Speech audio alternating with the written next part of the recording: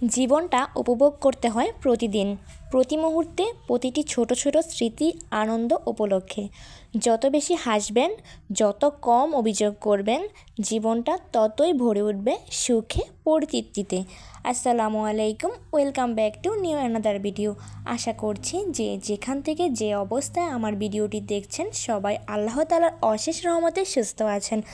আল্লাহ তাআলার রহমতে আমিও ভালো আছি। পাখির এক্সাম শেষ হয়ে গেছে আর ওই দিনই ছিল ক্যান্টনমেন্টে অনুষ্ঠান।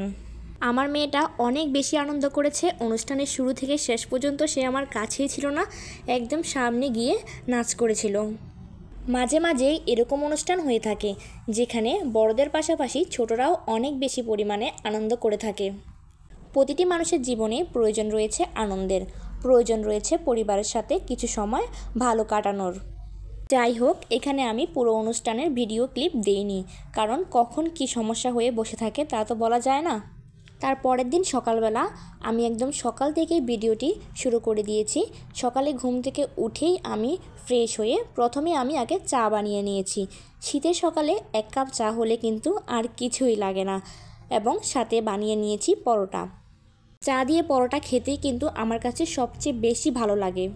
ডাক্তার আমাকে একদমই চা কফি খেতে নিষেধ করে দিয়েছে, টোটালি নিষেধ করে দিয়েছে, কিন্তু চা ছাড়া আমার চলেই না। যাই হোক, এরপরে রান্নার জন্য নিয়ে নিয়েছি সিম, মূলা এবং মাছ বের করে নিয়েছি। তার সাথে মুগ ডাল দিয়ে মাছের মাথা দিয়ে রান্না করব, তাই মাছের মাথাটাও মাছের সাথে ভেজে নিয়েছি আর মুগ ডালগুলো একটু ভিজিয়ে নিয়েছি। আজকে একদম সকাল থেকেই কারেন্ট নেই, এদিকে রান্না করার জন্য কোনো মশলা বাটাও ছিল না, তাই আমি মশলাগুলো পাটায় বেটে নিয়েছি। অনেক দিন পর মশলা পাটায় বাটতে গিয়ে অনেক কষ্ট হয়ে গিয়েছে। সিমগুলো ফ্রিজে থাকার কারণে কেমন যেন হয়ে গিয়েছে। অনেক দিন ধরে ফ্রিজে এই সিমগুলো ছিল, আমি খেয়াল করিনি, কিন্তু নষ্ট হয়নি, তাই ফেলে দেইনি। সবজির যে দাম, সেখানে ফেলে দেওয়ার তো কোনো কথাই আসে না। প্রথমে মশলাটা ভালোভাবে কষিয়ে নিয়েছি, তারপর এখানে দিয়ে দিয়েছি সিম এবং মূলা।